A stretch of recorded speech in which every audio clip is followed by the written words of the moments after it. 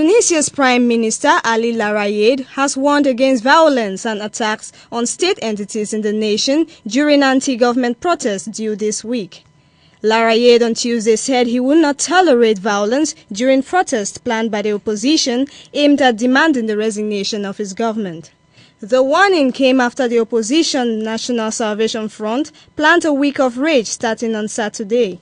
Tunisia had been witnessing massive protests since the leader of the left-wing Popular Movement Party, Mohamed Brahmi, was killed on July 25th. Opposition leader Chokri Beled was also assassinated in February.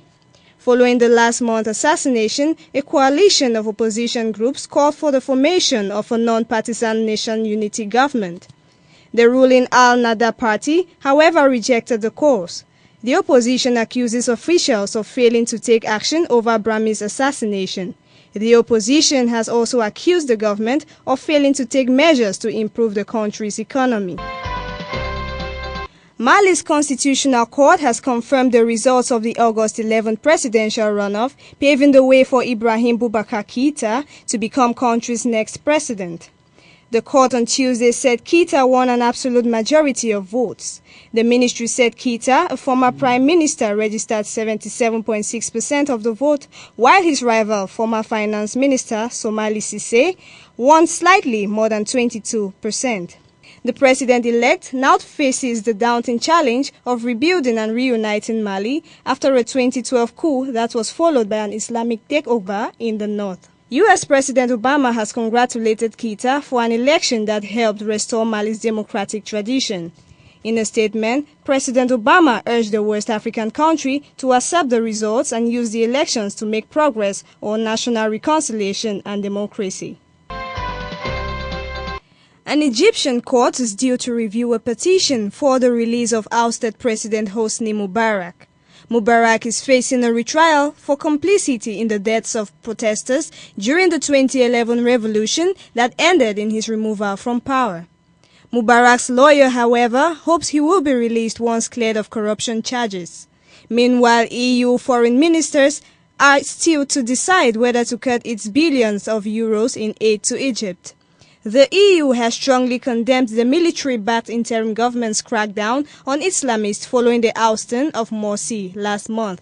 The 85-year-old Mubarak was convicted in June 2012 of conspiring with the killing of protesters in 2011 and sentenced to life in jail. But in January 2013, an appeal against his conviction was upheld and a retrial ordered. The retrial opened in May, but Mubarak had served the maximum amount of pre-trial detention permitted in the case. The public prosecution is expected to appeal against the release, potentially delaying his departure from prison for several days. Zimbabwe's highest court has dismissed a case challenging President Robert Mugabe's re-election last month and upheld the re-election of longtime leader. Chief Justice Godfrey Chijiosuke on Tuesday revealed that Mugabe had been elected in accordance with Zimbabwe's law. He made the ruling while dismissing an application that had been filed by outgoing Prime Minister Morgan Tsvangirai, who lost the July 31st elections.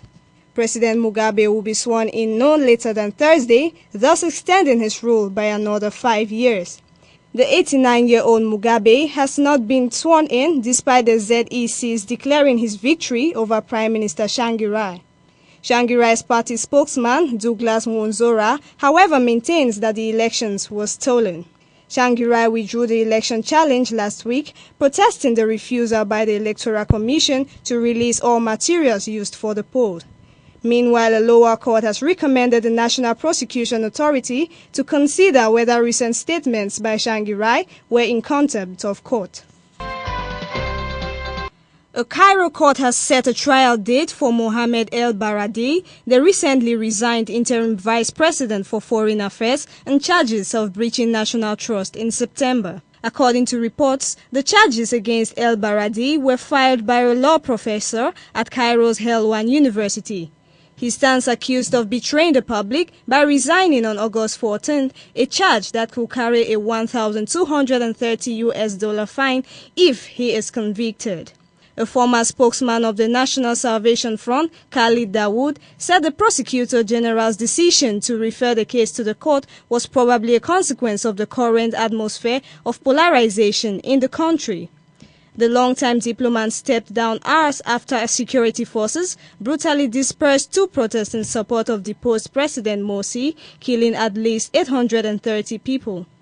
In his resignation letter, El-Baradei lamented the violent crackdown, warning of a state of polarization and grave division. According to the complaint, El-Baradei's resignation gave the wrong impression to the international community, suggesting that the Egyptian government had used excessive force against protesters. Japan's nuclear energy wants to raise the 70 level of a radioactive water leak at the Fukushima plant from 1 to 3 on an international scale. Highly radioactive water was found to be leaking from a storage tank into the ground at the plant on Monday. Sources say it was first classified as a Level 1 incident on the International Nuclear and Radiological Event Scale, INES. This is the first time Japan has declared an event on the INES scale since the 2011 earthquake and tsunami. The move was announced in a document on the agency's website and was subsequently approved at a weekly meeting of the regulatory body. Shares of plant operator Tokyo Electric Power Company (TEPCO) fell as much as 13% to 537 yen as investors worried about the impact of the development. The March 2011 tsunami knocked out cooling systems to the reactors at the plant, 3 which melted down. Water is now being pumped in to cool the reactor, but this means that a large amount of contaminated water has to be stored on site. According to TEPCO, there have been leaks of water in the past, but this one is seen as the most serious because of the volume, 300 tons of radioactive water and high levels of radioactivity in the water.